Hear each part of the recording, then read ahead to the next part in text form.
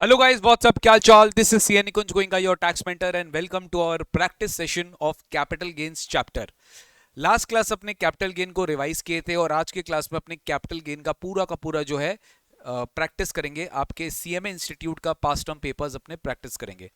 Start करते अपने PTP दिसंबर 22 से, और मैं आपको साथ साथ अमेंडमेंट भी बताता रहूंगा कि अमेंडमेंट के हिसाब से आपके आंसर्स को किस तरीके से आपको मॉडिफाई करना है। पहला क्वेश्चन आपके स्क्रीन पे ये रहा। फर्स्ट क्वेश्चन है पीटीपी दिसंबर 22। आप अपने साथ कैलकुलेटर, एक पेपर और पेन साथ में लेके बैठना, सो दैट आपको कैपिटल गेन मेरे साथ निकालने में इजी रहे, और आपको मेरे साथ नहीं, मेरे पहले चलना है, ठीक है। सो दैट जब तक मैं अपना आंसर निकालूं तब तक आप भी अपना आंसर जो है रेडी रखेंगे। स्टार्ट करते हैं capital gains. Raghuram age 44 inherited a vacant land from his father in April 1998। Raghuram 44 age का है, वेकेंट लैंड इनहेरिट करते अपने फादर से अप्रैल 1998 को। तो he got the property from his father, inherited, तो दैट्स एन एग्जाम ट्रांसफर। तो फादर से जो उनको प्रॉपर्टी मिला उस पर कैपिटल गेन नहीं लगा है। तो रघुराम के लिए जो कॉस्ट ऑफ एक्विजिशन होगा, क्या होगा उस प्रॉपर्टी का? Property cost to his father. The land was acquired by his father in January 1990 for rupees 5 lakh. The fair market value of the land as on 1/4/2001 was rupees 25 lakh. Raghuram entered into an agreement, मतलब अभी तक समझ में आ गया कि father के लिए जो कॉस्ट था, तो fair market value as on 141 जो होगा वही हमारा रघुराम जी का कॉस्ट होगा 25 लाख, ठीक है। Raghuram entered into agreement for sale of the land in January and received 5 lakh as advance. 5 lakh उन्हें एडवांस मिल जाता है। The amount was forfeited, the amount was forfeited since the party did not complete the transaction. तो ये आपका current year में आपको मिला है, तो ये अदर सोर्सेज में एज इट इज क्या हो जाएगा? टैक्सेबल हो जाएगा। करंट ईयर मतलब हाँ, 2014 के बाद आपको ये एडवांस मिला है, तो ये आपका का पूरा अदर सोर्स का इनकम माना जाएगा। Again, Raghuram looked for a buyer and found one Satish interested in the property. The sale consideration was fixed at 200 lakh white agreement made in December. It was sold and the document was registered in March. Brokerage at the rate of 1% of the sale transaction was paid. The stamp duty value of the land on the date of the sale was 215 lakh. तो इसके बीच में 10% से ज़्यादा का difference है।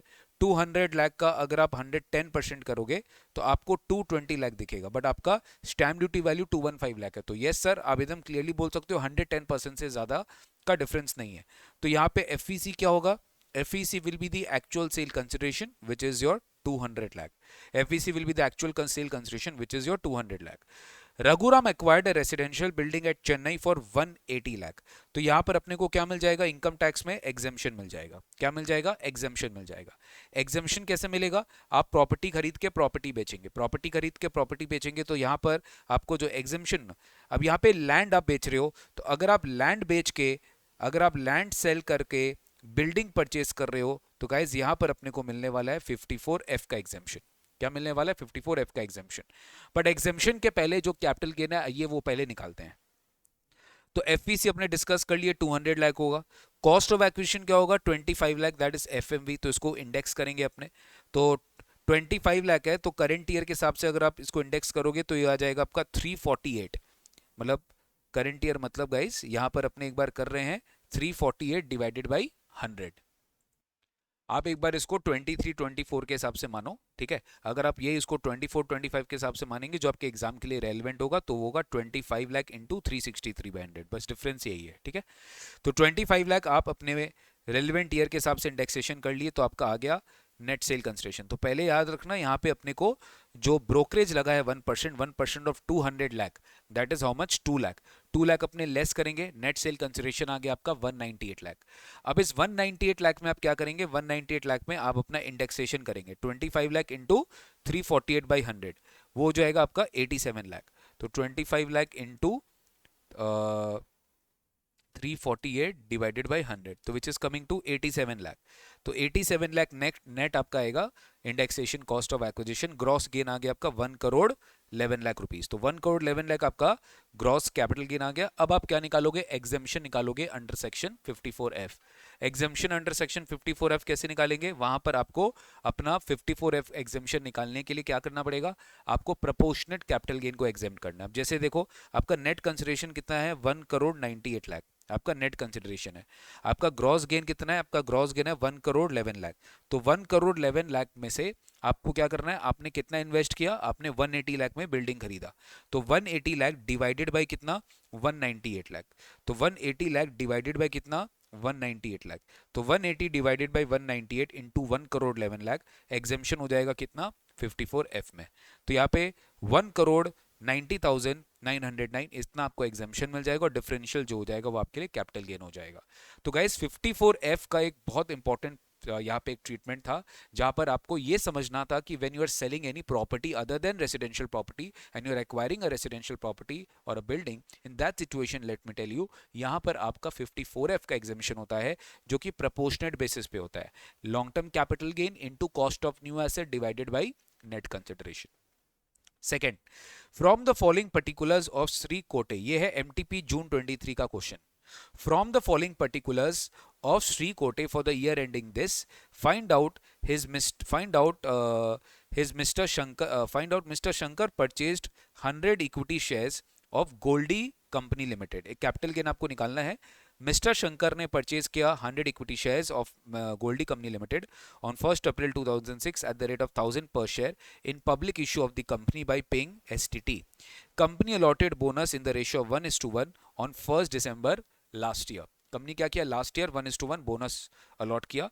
He also received a dividend of 10 पर share on first में, उसको 10 पर शेयर के हिसाब से करंट ईयर में डिविडेंड भी मिल रहा है। He has sold all the shares on 1st October at the rate of 4,000 per share through a stock exchange and paid brokerage of 1%। 1% उसने क्या किया? ब्रोकरेज पे किया। An STT of 0.02% to celebrate his 70th birthday. Compute his total income and tax liability, assuming that he has having no income other than the given above. Fair market value of the shares as on 31st January 2018 is 2000। आपका fair market value क्या है 31st जनवरी 2018 का? 2000 है। आपको क्या निकालना है? आपको कैपिटल गेन निकालना है। शंकर 100 शेयर्स खरीद रहा है, और यहां पर आपको बोला है कि आपको उसका, इसने सारे शेयर्स 4000 में बेच दिया। तो मेरे को बताओ, अगर ये 100 शेयर्स परचेज किया तो उसको 100 बोनस और मिला होगा। तो आपको बोनस का अलग से कैपिटल गेन निकालना है, और आपको ओरिजिनल शेयर का अलग से कैपिटल गेन निकालना है। सबसे पहले अपने ओरिजिनल शेयर्स का कैपिटल गेन निकालेंगे। कैसे? 100 शेयर्स है तो 100 इंटू 4000, ब्रोकरेज लेस करना मत भूलना। एसटीटी का आपको कैपिटल गेन में कोई डिडक्शन नहीं मिलता है, आपको पीजीबीपी में उसका डिडक्शन मिलता है। तो 100 इंटू 4000 आप कर दिए 4 लाख, लेस ब्रोकरेज 1% कर दिए 4000, नेट कंसिडरेशन आ गया 3,96,000। अब आपको क्या करना है? यहां पर आपका जो कैपिटल गेन निकलेगा, यहां पर ध्यान देना, यहां पे 112A लग जाएगा, और 112A लगा है तो 55 के हिसाब से कॉस्ट ऑफ एक्विजिशन निकाला जाएगा, because you have purchase the shares before 2018 and you have transferred the shares on or after 31st January 18 यानी 1st Feb 18। तो यहाँ पे अपना एसटीटी, यहाँ पे अपना कॉस्ट ऑफ एक्शन कैसे निकलेगा? आपका ओरिजिनल कॉस्ट कितना है? आपका ओरिजिनल कॉस्ट है 1000 रुपीज पर शेयर, और आपका फेयर मार्केट वैल्यू कितना दिया हुआ है 31st जनवरी का? वो है 2000। तो कॉस्ट है 1000, एफएमवी है 2000, और आपका कंसिडरेशन कितना है? कंसिडरेशन है 4000। तो 2000 और 4000 विच एवर इज लोअर? 2000। उसको कंपेयर करेंगे 1000 विच एवर इज हायर, तो आपका कॉस्ट ऑफ एक्विजिशन जो माना जाएगा वो कितना माना जाएगा? 2000 माना जाएगा। ये सब कुछ अपने लास्ट क्लास में ऑलरेडी कर चुके हैं। तो सर देखो, यहाँ पे कॉस्ट ऑफ एक्विजिशन हम कैसे निकालेंगे? 100 शेयर्स का इंटू 2000। इसका नोट आप नीचे में दिखा देना, नोट आप दिखा देना कि आप 2000 कैसे लाए, मैंने आपके साथ डिस्कस कर दिया। 100 इंटू 2000 करेंगे 2 लाख, तो डिफरेंशियल क्या हो जाएगा आपके लिए? Long term capital gain. अब नेक्स्ट आपको बोनस, आपको लास्ट ईयर ही मिला, ध्यान देना। बोनस आपको 1:1 बोनस मिला है, इसका कॉस्ट ऑफ एक्विजिशन 0 होगा, बट हाँ ऑब्वियसली इसका ब्रोकरेज लेस होगा। तो आपका यहाँ पर 100 शेयर्स है, सेम आपका 100 इंटू 4000 4 लाख होगा, सेम आपका लेस ब्रोकरेज होगा, सेम 3,96,000 होगा, बट कॉस्ट ऑफ एक्विजिशन 0 होगा। तो आपके लिए कैपिटल गेन क्या हो जाएगा? शॉर्ट टर्म कैपिटल गेन आपके लिए क्या हो जाएगा? 3,96,000। ठीक है। नेक्स्ट देखो, अदर सोर्सेज की डिविडेंड इनकम कितनी आएगी आपकी? 10 पर शेयर। तो टोटल आपका बेसिकली 200 शेयर्स हो गया, 100 ओरिजिनल शेयर, 100 बोनस शेयर, तो 200 शेयर्स हो गया इंटू 10 पर शेयर, टोटल हो गया आपका डिविडेंड इनकम 2000। तो यहाँ पर क्या आ रहा है सर? यहाँ पर अपना long term capital gain 1,96,000, short term capital gain 3,96,000, और डिविडेंड इनकम 2000। तो 196 हो गया प्लस 396 हो गया प्लस 2000 हो गया, तो आपका टोटल इनकम आएगा 5,94,000। टैक्स लाइबिलिटी पूछा तो थोड़ा ध्यान से, यहाँ पर ये है श्री कोटे। तो इनका क्या होगा, सबसे पहले अपने डिविडेंड इनकम पे कोई टैक्स लगाएंगे क्या? बिल्कुल नहीं लगाएंगे सर। अब आओ नेक्स्ट आप लॉन्ग टर्म कैपिटल गेन। तो लॉन्ग टर्म कैपिटल गेन, मेरा बात ध्यान से सुनो, अब सब कुछ चेंज हो गया टैक्स रेट्स में, अमेंडमेंट के हिसाब से बता रहा हूँ। शॉर्ट टर्म कैपिटल गेन, जहां पे शॉर्ट टर्म कैपिटल गेन की बात आएगी 111A में, ठीक है, अगर ये इसका डेट क्या है, ये इसका डेट एक बार देख लेते हैं। ये 1 अक्टूबर है बेटा। अगर ऐसा हुआ तो डेफिनेटली अमेंडमेंट एप्लीकेबल होगा। 1 अक्टूबर 23 जुलाई के बाद है, तो यहाँ पे अमेंडमेंट एप्लीकेबल होगा। तो इन दैट सिचुएशन यहाँ पर अपने क्या करेंगे, मैं बता रहा हूँ, इन दैट सिचुएशन यहाँ पर अपने क्या करेंगे, अपने यहाँ पर 20% कैपिटल गेन का STCG रेट लगाएंगे। कैसे लगाएंगे? 20% है क्योंकि 23 जुलाई के बाद है। यहाँ पर आपका जो शॉर्ट टर्म कैपिटल गेन आएगा वो आएगा 3.96 लाख, जो है वैसे ही रहेगा, माइनस आपका अनएग्जॉस्टेड BL। आपका अनएग्जॉस्टेड BL कितना है, ये इसका एज कितना था, यहाँ पर एज कितना था, कंप्यूटर टैक्स लाइबिलिटी इसमें कुछ एज इसका बेटा 3 लाख रुपया, सॉरी 60 ईयर्स और मोर मान के चलो, ठीक है। अच्छा लिखा है 70th बर्थडे, 70th बर्थडे है, 70th बर्थडे बोल दिया है। देखो ऊपर में नहीं लिखा, एकदम नीचे में नहीं लिखा, बीच में लिखा है 70th बर्थडे। तो 3 लाख का बेसिक एग्जामिशन लिमिट है, माइनस 2000, तो 2,98,000 का अनएग्जॉस्टेड BL है। तो ये क्या करेगा, 3,96 में 298 को माइनस करेगा, डिफरेंशियल 692 पे इसका 20% टैक्स आएगा, ठीक है। बेसिकली 3,96,000 माइनस 298, 98,000 पे 98,000 पे 20% टैक्स आएगा, ठीक है। तो ये हो जाएगा 19,600 as per the amendment, 19,600 as per the amendment. अब देखो next long term capital gain, हम लोग 1,96,000 है, तो 1,96,000 आप ध्यान से देखो, आपने unexhausted basic exemption limit short term capital gain tax के साथ एडजस्ट किया क्योंकि वो आपके लिए बेनिफिशियल है। लेकिन जब हम लॉन्ग टर्म कैपिटल गेन में 112A में जाएंगे तो हम वहां पर पढ़े कि इसकी जो लिमिट है वो अब चेंज हो गई है 1,25,000, ठीक है। तो अब आप क्या करेंगे, 1,96,000 जो है ओवर एंड अबव 1,25,000 पे अब 12.5% जो रेट है वो चेंज हो गया है। तो 1,96,000 माइनस 1,25,000 इंटू 12.5%, तो this is coming to 8875, this is coming to 8875।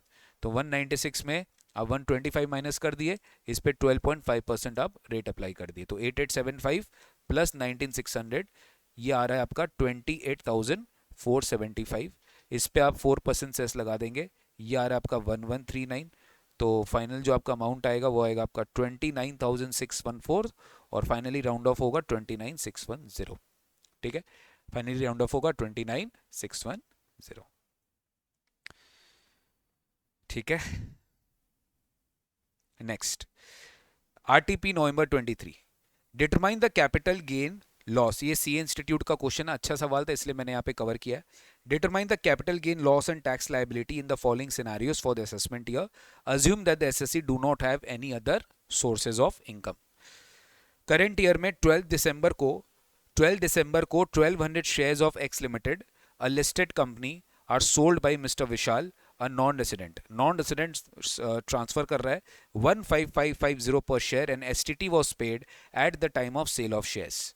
These shares were acquired by him on 25th May 2017 at 425 per share by paying STT at the time of purchase. तो ये listed company ने ये shares बेच दिया, जो कि एक non resident है, लिस्टेड कंपनी का शेयर्स बेच दिया, STD पेड था at the time of sale और also at the time of purchase. Purchase कितना में किया था, 425 में किया था। The price at which this shares are traded in National Stock Exchange as on 31 January is this. Highest trading price 680 था, average इतना था, लोएस्ट इतना था, ठीक है। तो ये सर अपने को यहाँ पर पता है। तो यहाँ पर अच्छा था कि फेयर मार्केट वैल्यू आपको क्या निकालना है, फेयर मार्केट वैल्यू आपका हाईएस्ट ट्रेडिंग प्राइस होगा which is 680, that is as on 31 January 2018। तो पहले अपने को क्या निकाल देना है, सेल कंसिडरेशन। तो ये 112A वाला केस हो गया। 112A वाला केस मतलब long term capital gain transfer 12.5% पे टैक्सेबल होगा अबव 1.25 लाख। ये 12 दिसंबर है यानी 23 जुलाई के बाद है। तो यहाँ पर आप क्या करेंगे, लॉन्ग टर्म कैपिटल गेन के लिए FEC निकालेंगे। 1200 शेयर है, तो 1200 शेयर का ट्रांसफर प्राइस क्या है, 1550। तो 1200 इंटू 1550, 18 लाख अपने 60,000 निकाल दिए, ठीक है। अब इसमें देखो तुमको कॉस्ट ऑफ एक्विजिशन निकालना है, तो सिंपल है, एक्चुअल कॉस्ट कितना था, एक्चुअल कॉस्ट था 425, ठीक है। अब इसमें एफ कितना है, एफ है 680, ठीक है, और सेल कंसिडरेशन कितना है, सेल कंसिडरेशन 1550 है, ठीक है, विच एवर इज लोअर कितना है 680 है, ठीक है, विच एवर इज हायर कितना है 680 है, ठीक है, तो 680 क्या हो जाएगा मेरा कॉस्ट ऑफ एक्विजिशन। तो 680 के हिसाब से आपको अपना कॉस्ट मानना पड़ेगा। तो इतना ही शेयर 1200 इंटू 680 आप करेंगे, 1200 इंटू 680 आप करेंगे, ये आपका क्या हो जाएगा cost of acquisition, which is coming to 8,16,000। तो 8,16,000 जो है वो आपका कॉस्ट ऑफ एक्विजिशन है, जो कि आप 18,60,000 से माइनस करेंगे, और आपका जो डिफरेंशियल है, जो डिफरेंशियल है वो आपका कैपिटल गेन आ जाएगा 10,44,000।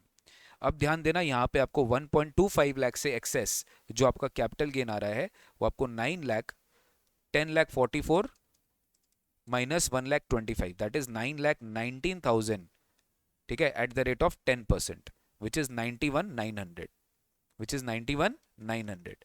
91,900 का 4% कितना आ रहा है, इट इज कमिंग टू 3,676, ठीक है, तो 91,900 का 4% आ रहा है 3,676, ये आ रहा है अपना 95,576, और राउंड ऑफ करेंगे 95,580, राउंड ऑफ करेंगे 95,580, ये आपका टैक्स लायबिलिटी राउंड ऑफ हो गया, ठीक है। अब कोई स्टूडेंट सोच रहा होगा सर यहाँ पे क्या हमें अनएग्जॉस्टेड बेसिक एग्जामिनेशन लिमिट नहीं मिलेगा, नहीं मिलेगा, क्योंकि आप एक नॉन रेसिडेंट हो।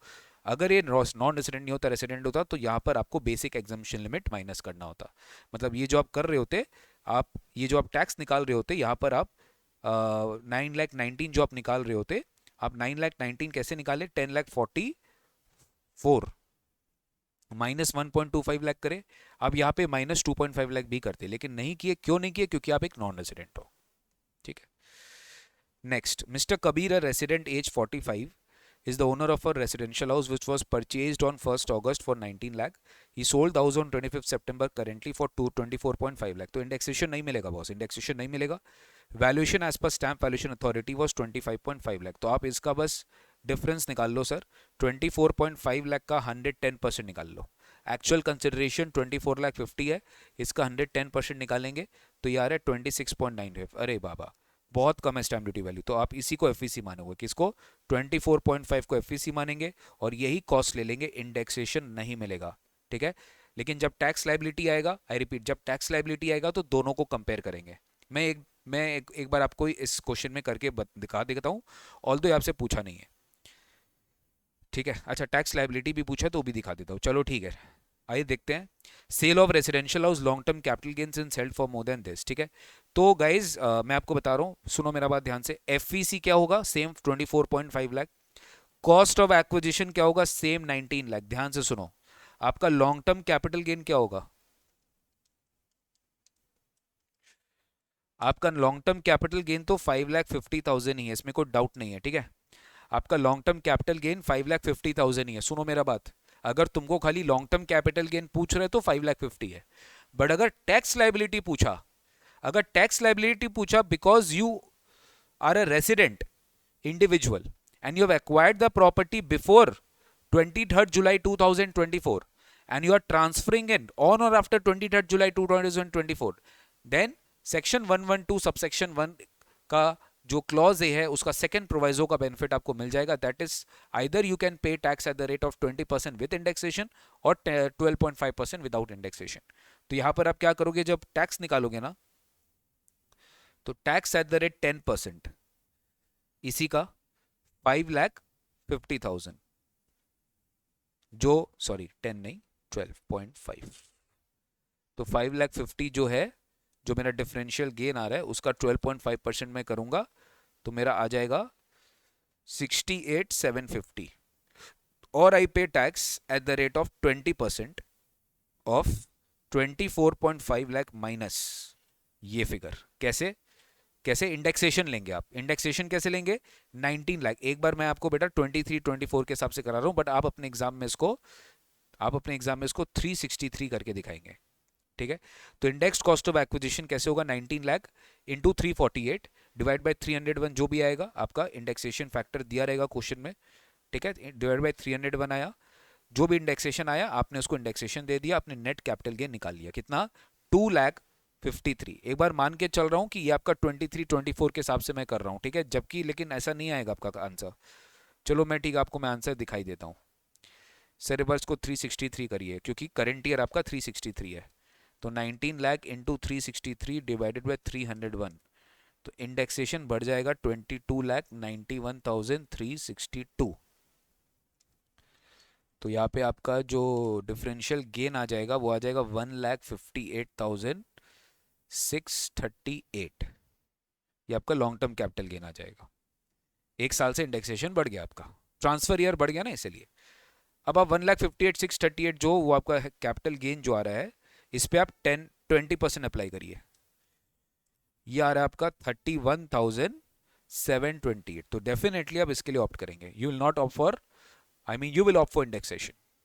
आप इंडेक्सेशन के लिए जो है ऑप्ट करेंगे। 31,728 आपका यहाँ पर टैक्स आना चाहिए सर। M I clear?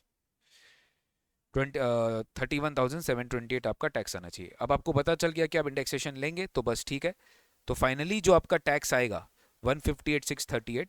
अब आप इस पे क्या करेंगे? अब आप इस पे 12.5% बेसिकली निकाल लिए। कैसे? 158,638 ये पूरा का पूरा बेसिकली एग्जेम्प्ट हो जाएगा गाइस, तो आपका बेसिकली टैक्स जीरो आ जाएगा। बेसिकली आपका टैक्स कितना आ रहा है? जीरो आ जाएगा। ये just because of indexation change हुआ है, ठीक है। अगर आपका इंडेक्सेशन चेंज नहीं हो रहा तो देखो 2,53,320 होता, तो 2.5 लाख तक आप एग्जेम्प्ट करते। जो बैलेंस है, जो बैलेंस है, ठीक है, 253,320 माइनस 2,50,3320, इसका 20%। 3320 होता, इसका आप 20% लेते, ठीक है। बट अब ये अब ये नहीं है, अमेंडमेंट हो चुका है, तो मैं आपको अमेंडेड वाला बता रहा हूँ, ठीक है। आप 12.5 लेते हैं और 12.5 में फिर आपका कुछ भी कैपिटल गेन नहीं लगता सर। डन। नेक्स्ट आओ, mister Raja Shekhar, PTP December 23। Mr. Raja Shekhar purchased a house property on 14th April 1999 for 2,30,000. He entered into an agreement with Bharat for sale of the house on 21st September 2005 and received an advance of 25,000. ठीक है। Since Bharat did not remit the balance amount, Raja Shekhar forfeit कर दिया advance. ये advance क्या हो गया? Forfeit हो गया, तो ये मेरा कॉस्ट ऑफ एक्विजिशन से लेस हो जाएगा। Later on he gifted the property to his friend अनंतरम।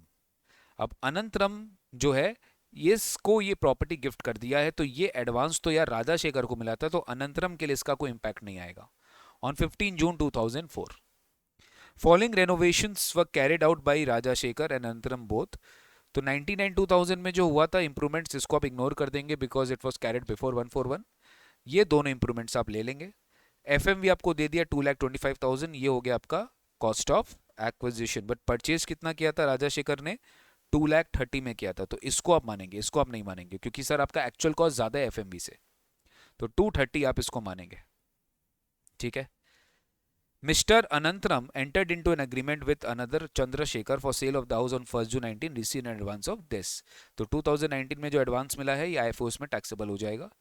Amount was forfeited, ठीक है, बिकॉज दिस इज, ठीक है। Finally the house was sold on 2 January for 17,85,000। ये एफवीसी हो गया, एकदम क्लियरली पता है सबको, ये एफवीसी हो गया। कॉस्ट ऑफ एक्विजिशन क्या होगा?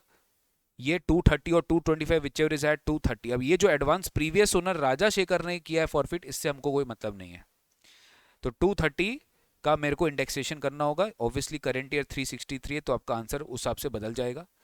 तो 2,30,000 इंटू 363, 2,30,000 इंटू 363 डिवाइडेड बाई 100, तो ये आ रहा हमारा 8,34,900, ठीक है। सब जगह मेरे को 363 करना है 24-25 के हिसाब से। तो यहां पे भी 1 लाख इंटू 363 डिवाइडेड बाई 148, तो 2,45,270, 2,50,000 इंटू 363 डिवाइडेड बाई 184,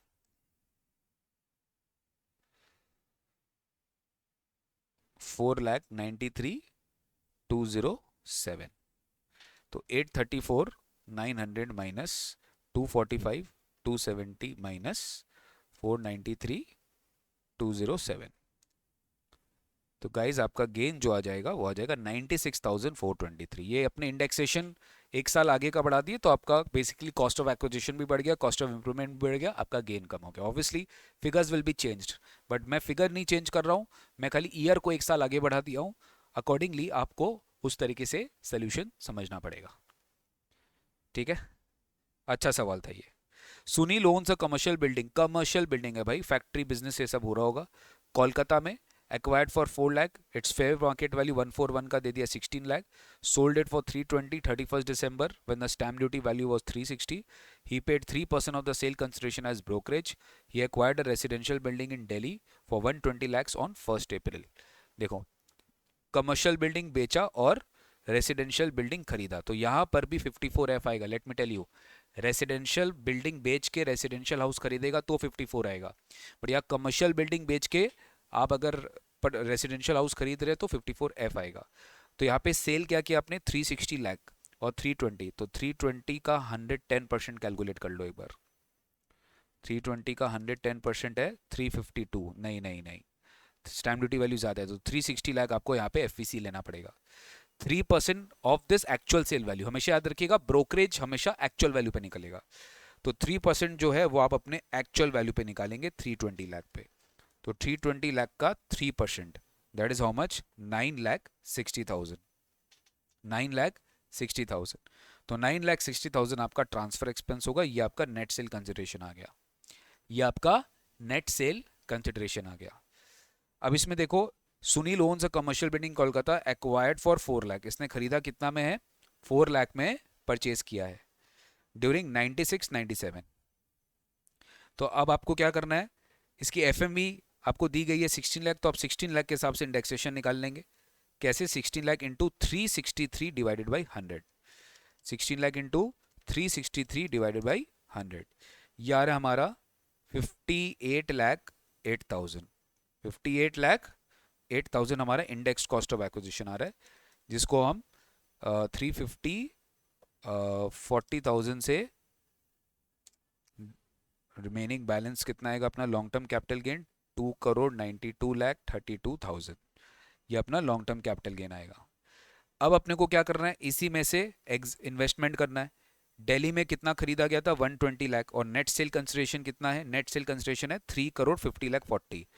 तो ध्यान से सुनो, 120 लाख डिवाइडेड बाई 3,50,40,000, इसको अपने मल्टीप्लाई करेंगे हमारे कैपिटल गेन अमाउंट से, तो कैपिटल गेन अमाउंट भी मेरा चेंज हो जाएगा।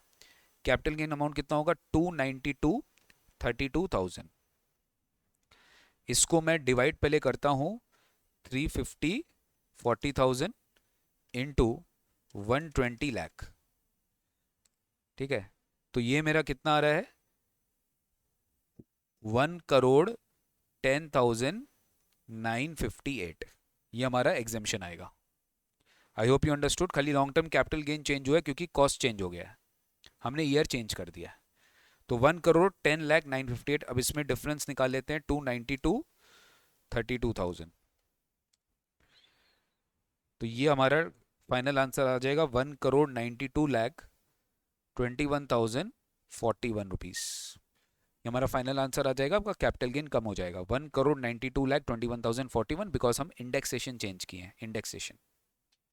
करेक्ट गाइस, 24-25 का आपका जो इंडेक्सेशन होगा वो 363 होगा, उसके हिसाब से आपको अपना आंसर सॉल्व करना है। नेक्स्ट आओ MTP December 23। Lucky has a house property acquired on this date, ये इंस्टीट्यूट के मैट का क्वेश्चन है। Lucky has a house property acquired on 18th August 2009 for 6 lakhs. He used the house for his own residential purpose. On 18th August 2012, he incurred capex on reconstruction of the house, cost of improvement दे दिया है। Current year में 15th May को he bought office goods worth rupees 1 lakh at home to be delivered to a party staying near to his home. At the night of the day, accidental took place, fire took place and damaged the whole property. Furniture worth rupees 5 lakh and business stock. ठीक है, तो basically जिस current year में उसने office goods खरीदा worth rupees 1 lakh at home to be delivered to the party at night, accidental fire took place और उसका पूरा का पूरा हाउस प्रॉपर्टी डिस्ट्रॉय हो गया। फर्नीचर जो वो खरीदा था वो भी डिस्ट्रॉय हो गया and furniture worth rupees 5 lakh destroy हो गया and business stock. Insurance claim कैसे कैसे मिला देखो, हाउस के लिए उसको जो इंश्योरेंस क्लेम मिला वो 1 लाख कैश में मिला, and a new house was allotted to him जिसकी फेयर मार्केट वैल्यू 44 लाख है। तो ये उसका एफवीसी हो गया, एफवीसी फॉर हाउस। हाउस का एफवीसी क्या हो गया? 45 लाख। 44 लाख तो असेट का एफएमवी और 1 lakh cash. House hold furniture के लिए उसका सेल कंसिडरेशन 2 लाख है, और स्टॉक जो है वो उसका 80,000 है। ठीक है, स्टॉक जो है उसका 80,000। फर्स्ट ऑफ ऑल बता दो, personal house hold furniture personal होता है तो ये कैपिटल असेट ही नहीं है, स्टॉक भी कैपिटल असेट ही नहीं है, तो ये आपका कैपिटल गेन में नहीं जाएगा सर।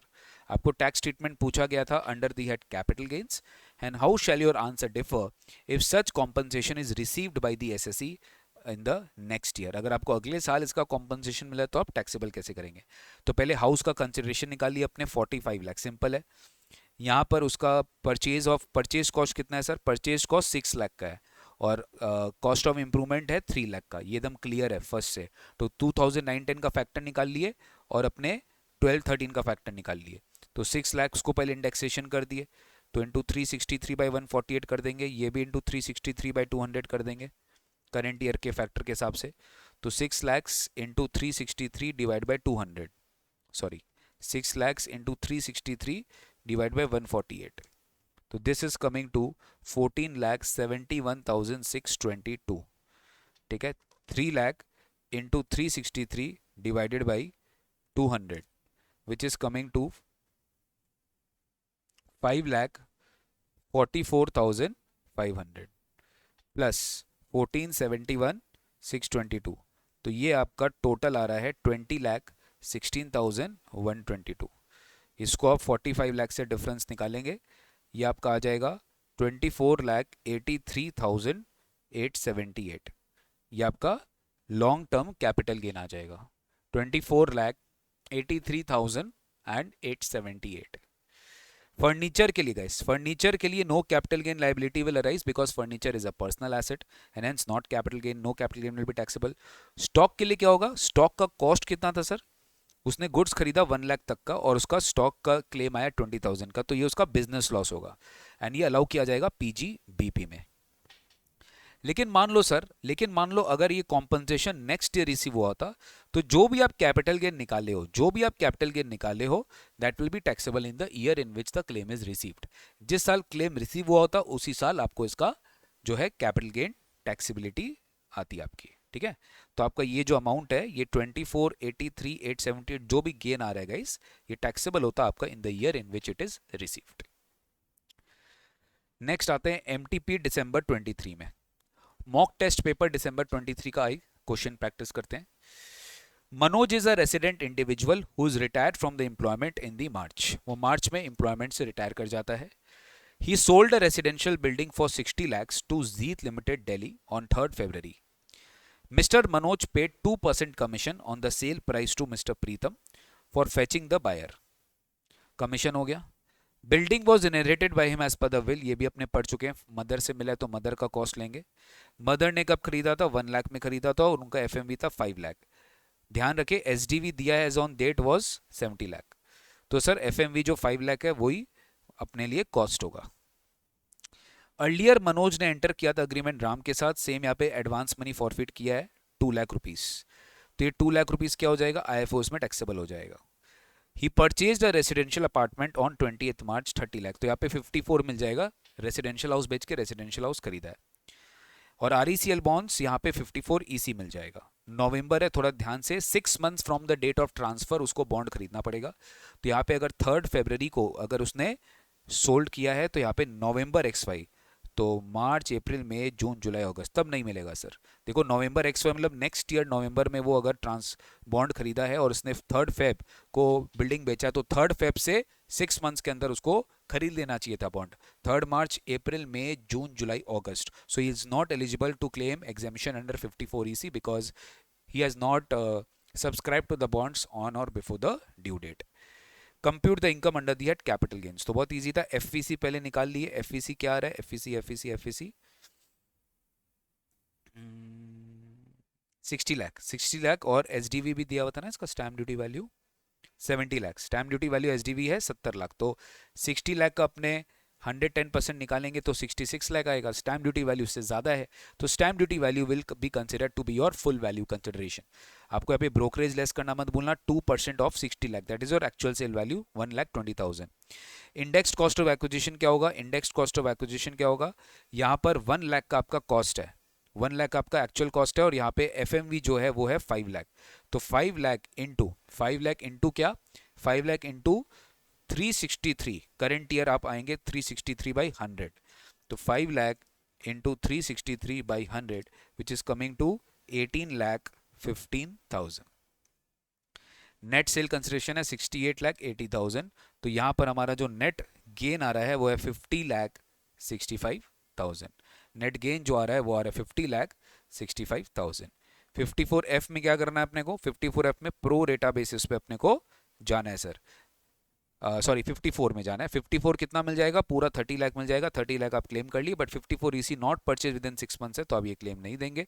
तो 50,65,000 माइनस 30 लाख, ये जो आएगा वो आपका 20,65,000 आ जाएगा सर। ठीक है, your final taxable capital gain will B 20,65,000। Next आते हैं एमटीपी जून 24 का क्वेश्चन में। ये भी एग्जाम का क्वेश्चन, आई मीन इंस्टीट्यूट के मैट का क्वेश्चन है जो मॉक टेस्ट पेपर में आया हुआ है। During the current year Mr Madhusudan sold the following capital assets. Sale value दी है, कॉस्ट दी है, डेट ऑफ एक्विजिशन दी है, और फेयर मार्केट वैल्यू दी है as on 1/4/2001। Fair market value दी है एज ऑन 1 अप्रैल 2001। ठीक है, डिबेंचर दे दिया, गोल्ड दे दिया, बिल्डिंग दे दिया। ठीक है, कॉस्ट दे दिया, डेट ऑफ एक्विजिशन दे दिया, और फेयर मार्केट वैल्यू दे दिया। Assuming that the business income is this much, आपको इनकम निकालना है फॉर द प्रीवियस ईयर 23-24 के हिसाब से।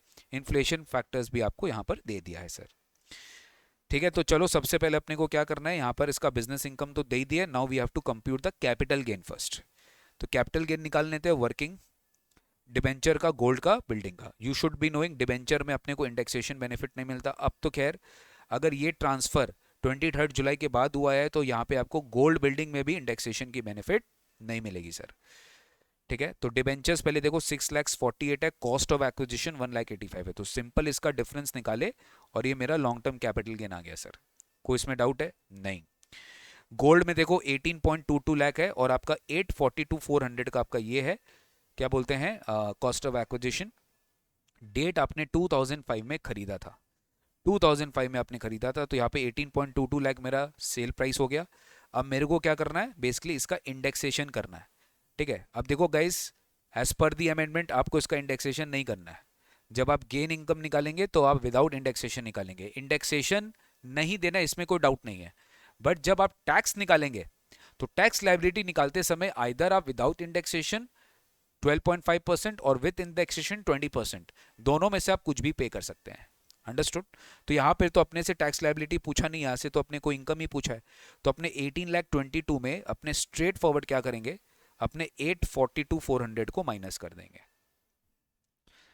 मैंने बोला मैं आपको एक बार अमेंडमेंट के हिसाब से करवा दे रहा हूं, सो दैट आपको कोई कंफ्यूजन नहीं है। टैक्स लायबिलिटी पूछा नहीं है तो मैं टैक्स लायबिलिटी में जा नहीं रहा हूं। 9,79,600 ये मेरा इनकम है। हाँ, इनकम, यस, ये मेरा इनकम हो गया सर अमेंडमेंट के बाद। बिल्डिंग में भी सेम है, 25,11,900 है, और 9 लाख का आपका कॉस्ट ऑफ एक्विजिशन है।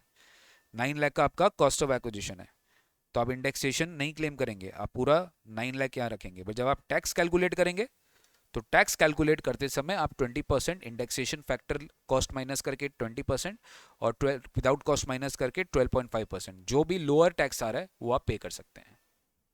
ठीक है, तो 25,11,900 माइनस 9 लाख, तो अरे 16,11,900, तो ये अपना लॉन्ग टर्म कैपिटल गेन आ जाएगा सर। डन? ओके, तो अकॉर्डिंगली ये भी चेंज हो जाएगा, ये दोनों का टोटल आ जाएगा।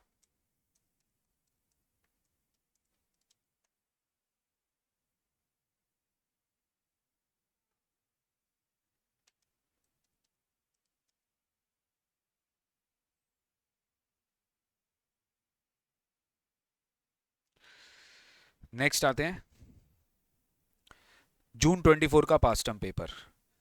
Kavita, an individual, sold an agricultural land for 40 lakh on 10th March 2024.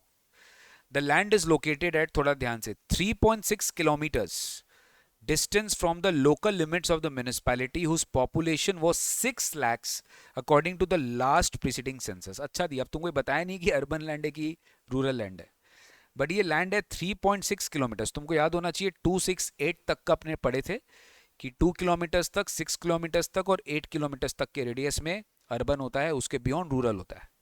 अब पॉपुलेशन भी एक इंपॉर्टेंट फैक्टर था. यहाँ पे तुमको बोला है म्यूनिसपैलिटी की जो पॉपुलेशन थी वो 6 लाख ही है. ठीक है, कोई बात नहीं है. It was acquired bye her on 30th June for 18 lakh. She sold this land located in the urban area for 75 lakh in June 23, and the value of the land for stamp duty purpose was 80 lakh. ठीक है, 80 लाख है और 75 लाख, तो 75 लाख का 110% definitely ये बहुत, मतलब stamp duty value कम आएगा, तो आप 75 लाख को आराम से एफईसी मान सकते हैं. The vacant land was obtained as a gift from her father which was originally acquired by father for 12 lakh. FMV आपको दे दिया 40 लाख. थोड़ा ध्यान से, ऊपर बात कर रहा है एग्रीकल्चरल लैंड का, नीचे बात कर रहा है एक vacant land situated in urban area का. कंफ्यूज मत होइएगा, ठीक है, कंफ्यूज मत होइएगा, ये दोनों का बात कर रहा है. सबसे पहले बात कर रहा है एग्रीकल्चरल लैंड फॉर 40 लाख. इसमें इसने सेल कर दिया 40 लाख में और खरीदा इसने 18 लाख में. फिर नीचे इसमें बात कर रहा है कि इसने सेल कर दिया 75 लाख में, ओके, जिसकी स्टैम्प ड्यूटी वैल्यू 18 लाख है. और ये जो वेकेंट लैंड है ये प्रीवियस ओनर से खरीदा और प्रीवियस ओनर के हाथ में कॉस्ट है 12 लाख, जिसकी एफएमवी इतनी है. Capital gain, I mean Kavita deposited this much in F54 EC bonds on 25th March 23, I mean 25 March 24. ये 23-24 के हिसाब से क्वेश्चन आप कर रहे हैं, तो आप ट्रांसफर डेट आपके लिए दो होगा जून 23 और आपके लिए होगा 10th March 24. डेफिनेटली आप इसके लिए तो एलिजिबल नहीं होंगे, बट इसके लिए हो सकते हैं, 10th March 24 के लिए हो सकते हैं, but again subjected to this 3.6 kilometres. अगर ये रूरल लैंड निकला तब तो इस पर कैपिटल गेन ही नहीं लगेगा, फिर भी चेक करेंगे आप. सीआई आपको दे दिया है और कंप्यूट करने बोला है income of capital gain. She does not opt to be taxed under 115 BC. देखो कैपिटल गेन को फर्क नहीं पड़ता कि तुम डिफॉल्ट टैक्स रेजिम में हो कि नहीं हो, क्योंकि उसमें कोई भी इंडिफरेंट पॉइंट नहीं है, उसमें कोई डिफरेंट पॉइंट नहीं है. बेसिकली ये इंडिफरेंट है with the default tax regime. तो सबसे पहले आ जाओ अर्बन वेकेंट लैंड में. ठीक है, सबसे पहले अपने अर्बन वेकेंट लैंड में जो है कंसिडर करते हैं. तो यहाँ पर क्या आ रहा है आपका अर्बन वेकेंट लैंड. तो यहाँ पे आपका जो वेकेंट लैंड है 75 लाख, तो मैंने आपको बता ही दिया 75 लाख होगा इसका एफईसी. कॉस्ट 12 लाख है प्रीवियस ओनर, 12 लाख है प्रीवियस ओनर. ठीक है, तो आपने एसडीवी ये सब आपने पूरा आपको नोट में दिखाना पड़ेगा, नोट में यही पे आपको बताना पड़ेगा, because stamp duty value does not exceed 110% of the actual sale consideration. Actual sale consideration will be deemed to be the value of consideration. तो ये 75 लाख हो गया. ठीक है, अब इसमें क्योंकि आप पे बेचा आपने जून में, ठीक है, आपके एग्जाम में जून 24 अगर ये लिखा हुआ है, ठीक है, आप अपने एग्जाम को सोचो ये जून 24 लिखा हुआ है, तो जून 24 के हिसाब से अगर ये है तो फिर 75 लाख जो होगा इस पे आपको इंडेक्सेशन मिल जाएगा सर, क्योंकि आपने बेचा 23 जुलाई के पहले है. तो यहाँ पे आप कैसे निकालोगे, आप बेसिकली 75 लाख के अगेंस्ट में जो कॉस्ट है वो कितना है 12 लाख. ये कब खरीदा है 2001 में खरीदा है. ठीक है, फादर ने 2001 में करी. तो अगर अपने मंजुला जेशा को फॉलो करते हैं तो प्रीवियस ओनर से इंडेक्सेशन होगा, बट अगर अपने मंजुला को फॉलो नहीं करेंगे तो 2013-14 से इंडेक्सेशन होगा. आइए एक बार चेक करते हैं कि ये लोग ने क्या किया होगा, क्योंकि यहाँ पे तो फाइनल आंसर ही दिया है. एक बार चेक करते हैं. देखो मई 13 है तो 13-14 का भी देखो फैक्टर दिया है. ठीक है, और ओरिजिनली 2001-2 तो 1-2 का भी है ही अपने पास. तो एक बार चलो देखते हैं 1-2 के हिसाब से. तो इसका लैंड का कॉस्ट है 12 लाख, तो 12 लाख इंटू, ठीक है, अगर मैं एक बार 348 के हिसाब से करूं, मैं एक बार 348 के हिसाब से करूं तो लेट मी चेक. तो 12 lakh divide by 100 into 348. Yes, तो this is actually taken as per the Manjula जेशा का जजमेंट.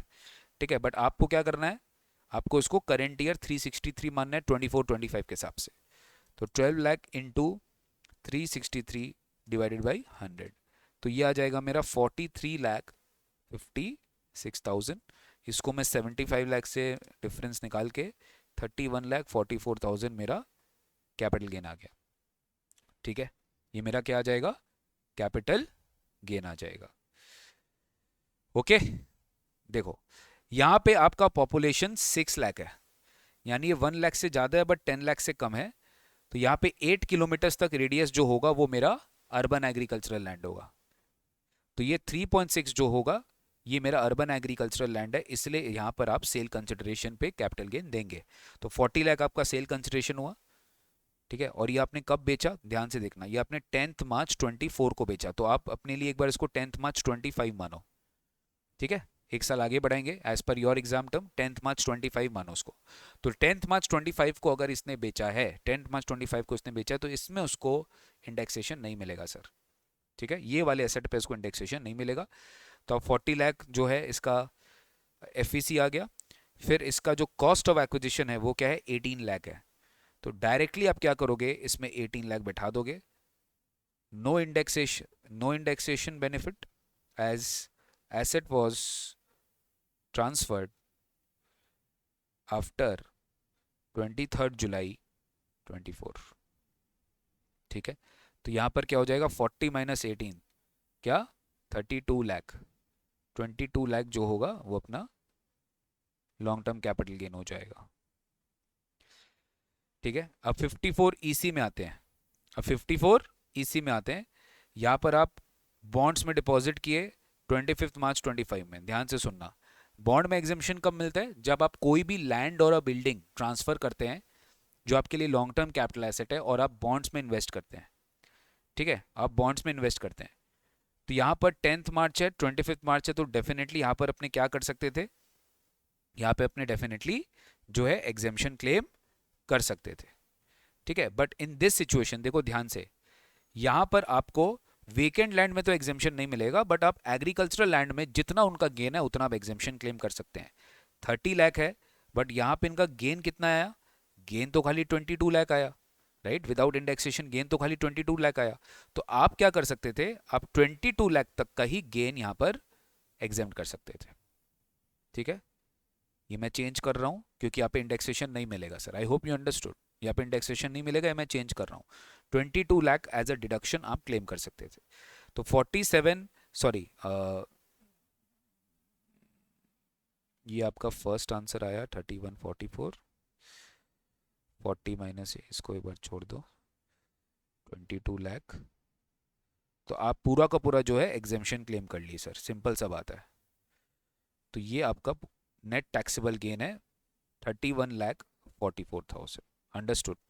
ये आपका नेट टैक्सेबल गेन है 31,44,000।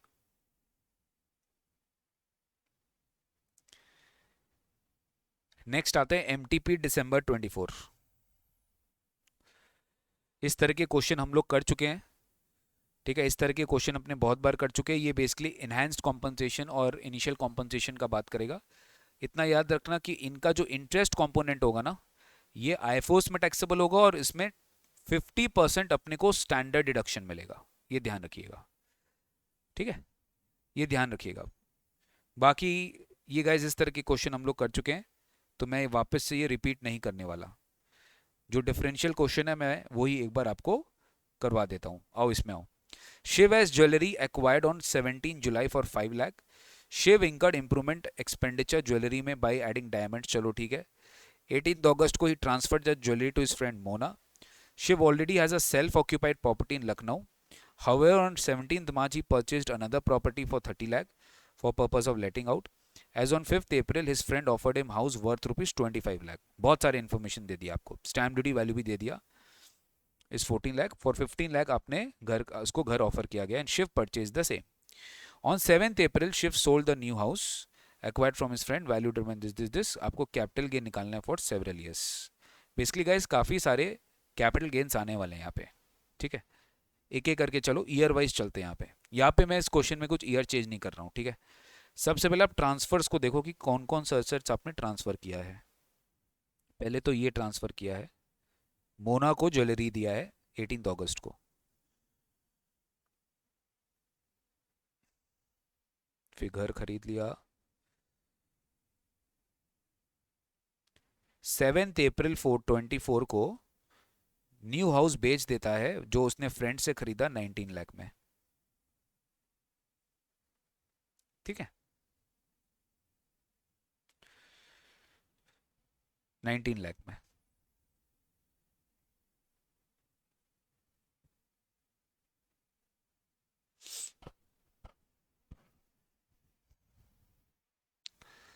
देखो, अब अपने एक एक करके चलते हैं। इसने ज्वेलरी खरीदा, ज्वेलरी बेचा, इसके पास ऑलरेडी एक सेल्फ ऑक्यूपाइड प्रॉपर्टी था, उसने एक नया घर खरीदा लेटिंग आउट करने के लिए, ठीक है।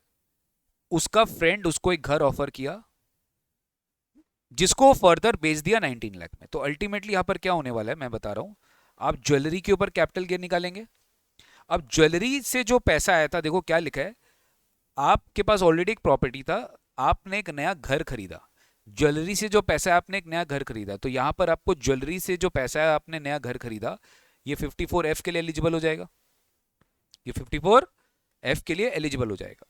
तो एक कंपोनेंट तो अपने को ये करना था, एक कंपोनेंट तो अपने को ये करना था, और दूसरा कंपोनेंट अपने को क्या करना है, जो ये नया घर जो है परचेज, नया घर जो है सेल कर रहा है, which is acquired from his friend, ये अपने को करना है। ये अच्छा क्वेश्चन है, ये बात चेक करते हैं।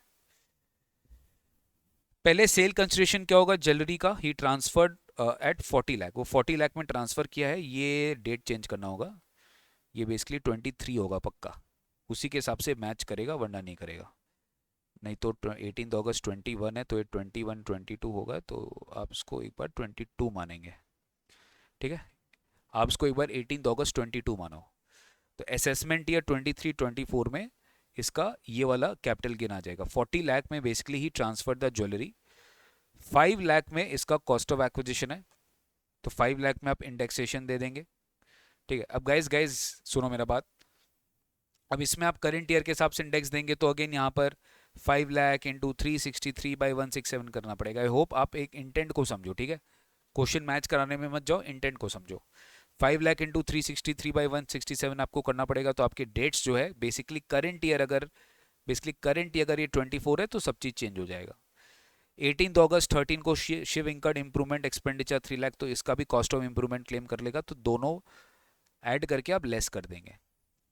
अब मेरा बात ध्यान से सुनो, ये आपका ग्रॉस गेन आया। अब आप क्या करते हो कि आप का जो नेट कंसिडरेशन है, नेट कंसिडरेशन कितना है 40 लाख, इसमें से आप 30 लाख रुपीस का एक नया घर खरीद लेते हो, खरीद लेते हो।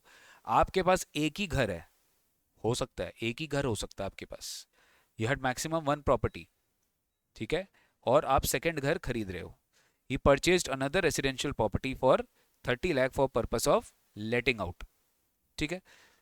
54F में हमने पढ़ा था कि अगर तुमको एक नया एसेट बेच रहा है, तुम्हारे पास मैक्सिमम एक घर है, Shiv already has a self occupied property in Lucknow, और 17 मार्च को he purchased another residential property for 30 lakh. 17 मार्च कब हुआ, ये हुआ बेसिकली जिस दिन वो ट्रांसफर किया उसके पहले, ऑलरेडी उसके पास क्या है, एक घर है, ठीक है। तो 54F के हिसाब से अगर हम बात करें, 54F के हिसाब से हम बात करें तो 30 लाख वो इन्वेस्ट कर रहा है आउट ऑफ इस 40 लाख, प्रोपोर्शनेट कैपिटल गेन के हिसाब से, प्रोपोर्शनेट कैपिटल गेन के हिसाब से। तो प्रोपोर्शनेट कैपिटल गेन कितना आ रहा है इसका, 40 lakh minus 1381,375 which is 26 lakh 18,625, ये प्रोपोर्शनेट इसने किया, और इसको एग्जेम्पशन मिला 30/40 into this 1963। Taxable long term cap gain कितना है, 6,54,656, मतलब ध्यान से समझो, मैक्सिमम उसके पास एक घर था, वो और एक घर खरीद लिया, बस बात खत्म। अब प्रॉब्लम कब आया पता है, नेक्स्ट ईयर 5 अप्रैल को उसका फ्रेंड उसको एक घर और ऑफर कर दिया और वो खरीद भी लिया, बस ये भी प्रॉब्लम आ गया, ये भी प्रॉब्लम आ गया। Sir, since the SSC acquired another property, the earlier exemption availed under 54 shall be revoked and shall be liable to long-term cap gain. तो जो भी उसका exemption उसको मिला था 1963, 1969 का, वो next year as it is क्या हो जाएगा, taxable हो जाएगा। सेम।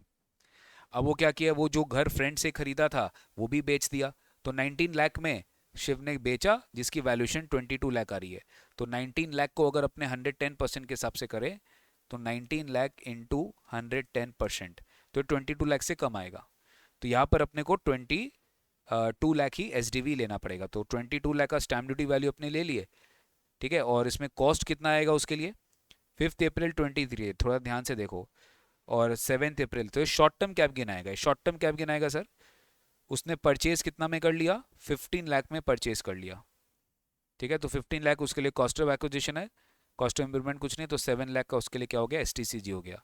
अब ये फ्रेंड का जो घर खरीदा, इसके वजह से उसका जो अर्लियर एग्जाम्शन है वो रिवोक हो गया, क्योंकि 54F के हिसाब से on the date of transfer you can have maximum one house, जो इसके केस में था, other than the new house which you are taking.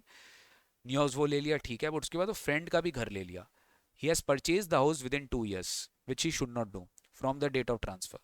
तो अगर वो कर लेता है तो 54F का एग्जाम्शन उसे नहीं मिलेगा सर। लास्ट क्वेश्चन आपका दिसंबर 24 का बहुत ही इजी क्वेश्चन आया था, past term paper. Mrs Parul sold her commercial plot, commercial plot है, लैंड है, बिल्डिंग नहीं है, 1 January for 86 lakhs, value determined for stamp duty value is 80 lakhs। Such plot is acquired on 1 April 2006 for 1,05,000। Brokerage pay हुआ on purchase and transfer, दोनों समय brokerage pay हुआ, तो brokerage जो परचेज में पे हुआ है वो कॉस्ट में ऐड कर देंगे और ये आप ट्रांसफर में लेस कर देंगे। 1 मार्च को परूल परचेज पीएफसी लिमिटेड बॉन्ड से होगा 54 ईसी में, बट मैक्सिमम 50 लाख का मिलेगा। आपको टैक्सेबल कैपिटल गेन निकालना है। परूल के हाथ में exercising the option to shift out, CI आपको दे दिया है, indicate reasons for clearly showing each item. Simple था। तो एक्चुअल वैल्यू कितना है 86 लाख का, स्टैम्प ड्यूटी वैल्यू 80 लाख है, तो यहाँ पे तो भाई तुमने एक्चुअल ज़्यादा में बेचा, तो एक्चुअल वैल्यू ही तुम्हें लेना पड़ेगा, 86 लाख तुम्हें लेना पड़ेगा, whichever is higher. Transfer के समय जो ब्रोकरेज पे किया वो लेस कर दोगे 86,000, नेट कंसिडरेशन आ गया। इंडेक्स्ड कॉस्ट, अब यहाँ पे तुमने 1 जनवरी 25 को अगर हम मानता है, एक साल आगे बढ़ा दिया, 1 जनवरी 25 को अगर तुम बेच रहा है तो इंडेक्सेशन मत देना सर, ठीक है, यहाँ पे तुमको इंडेक्सेशन नहीं देना, बट ठीक है मैं दे रहा हूँ, तुमको पता है क्यों दे रहा हूँ, सो दैट तुमको पता चले इंडेक्सेशन निकालते हैं कैसे है, ठीक है।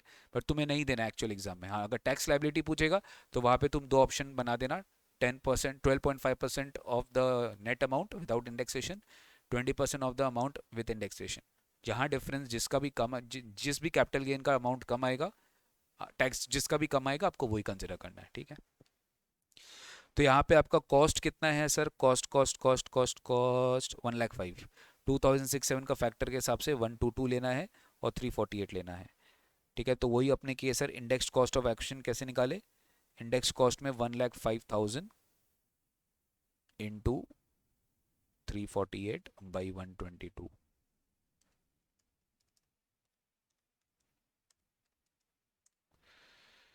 ठीक है।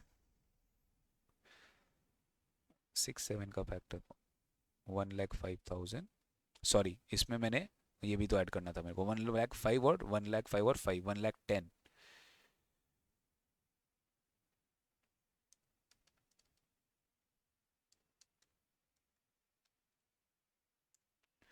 3,13,770, ठीक है। 3,13,000 यहाँ लिखा है index cost of acquisition. Difference आपने लॉन्ग टर्म कैपिटल गेन निकाल लिया। अब इसमें क्या है कि आपका ट्रांसफर कब हुआ है, 1 जनवरी को, और मार्च में आपने बॉन्ड खरीदा है, तो 6 मंथ्स में खरीद लिया, तो मैक्सिमम 50 लाख का आपको एग्जाम्शन मिल जाएगा। आप 50 लाख का एग्जाम्शन ले लिए और नेट आपका टैक्सेबल आ जाएगा सर, ठीक है।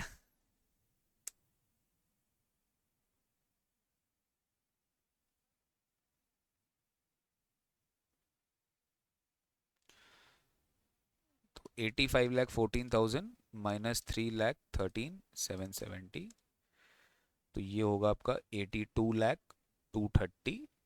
इसमें आप 50 लाख माइनस करेंगे तो आपका 32,230 आ जाएगा। समझ में आएगा इस?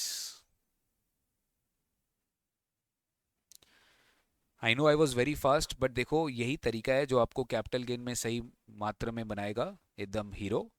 Late me tell you, no indexation benefit, please याद रखिएगा, no indexation benefit on LTCG on or after 23rd July 24, but while computing tax, जब टैक्स निकालेंगे तो create two options, 12.5% versus 20%, take the lower please. But जब gain निकालेंगे do not create any options, ठीक है।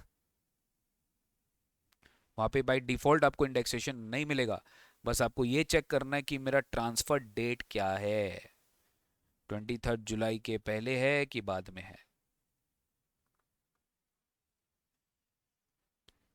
ये चेक आपको करना पड़ेगा। जहां जहां आपको इंडेक्सेशन मिलता ही नहीं था, होता खत्म ही हो गया बात, उसमें कोई डाउट ही नहीं है, बट जहां आपको इंडेक्सेशन मिलता था वो अब वो भी नहीं मिलेगा, क्योंकि गवर्नमेंट ने 112 कैपिटल ए सब जितने भी लॉन्ग टर्म कैप गेन होते हैं सबका रेट 12.5 कर दिया हर जगह। जो 10 था वो भी 12.5 हो गया, जो 20 था वो भी 12.5 हो गया, और नो इंडेक्सेशन। 111A में शॉर्ट टर्म कैपिटल गेन में, शॉर्ट टर्म कैपिटल गेन में यहाँ पर टैक्स रेट 20% कर दिया है। 23 जुलाई से ये सारे चेंजेस इफेक्टिव है। इसके पहले के गेन्स 15% थे शॉर्ट टर्म कैप गेन में, 112 में सब में इंडेक्सेशन मिलेगा अगर गेन आया है 23 जुलाई के पहले। अगर गेन आया 23 जुलाई के पहले तो आपको सब में इंडेक्सेशन मिलेगा। ठीक है, तो ये था अपना कैपिटल गेन का प्रैक्टिस का पूरा पूरा क्लास। शॉर्ट था, क्रिस्प था, बट एग्जाम ओरिएंटेड था। एग्जाम का मैक्सिमम पोर्शंस मैंने कवर करने का कोशिश किया। तो मिलते हैं आप लोग से नेक्स्ट सेशन में। Till then take care, god bless you. आप लोग से मुलाकात होगी नेक्स्ट सेशन में। Bye bye.